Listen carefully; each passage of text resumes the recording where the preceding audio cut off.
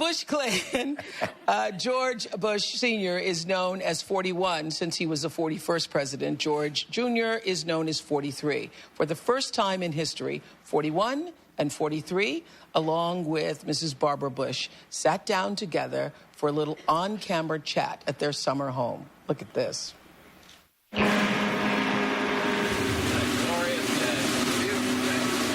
On a spectacular summer day in Kennebunkport, Maine, you're likely to find the two presidents here on the water. We've spent a lot of time together on a boat. He always found time, quality time with me and my brothers and my sister.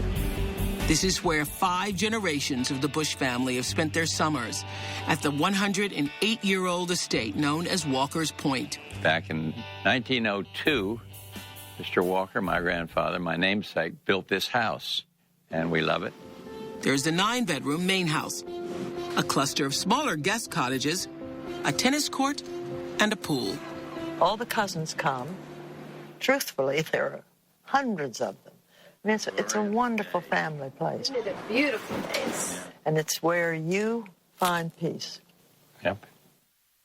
Growing up with Mother and Dad was an interesting experience. I adored my father. And my mother, I adored her too, but she tended to be the enforcer. And I tended to test her. I was a lively lad. And I inherited a lot of her feistiness.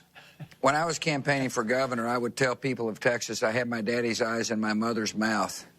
You should be so lucky. See what I'm talking about?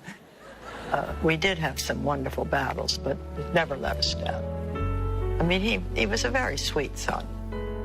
It's only happened twice in history that a father and son have served as president, and it's made for a rare bond between 41 and 43. On the day of George W.'s first inauguration, he and his father met in the Oval Office. It was a powerful moment. We didn't say much to each other. No. He said, Mr. President. I said, welcome, Mr. President.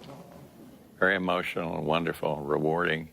It's about pride and a guy that set out to do something and did it. It's wonderful. When it comes to criticism of either presidency, the Bush family closes ranks. You're in it yourself, you get used to it, to some degree used to it. But it's much more difficult to hear when somebody attacks your son. Ours is not a political affiliation.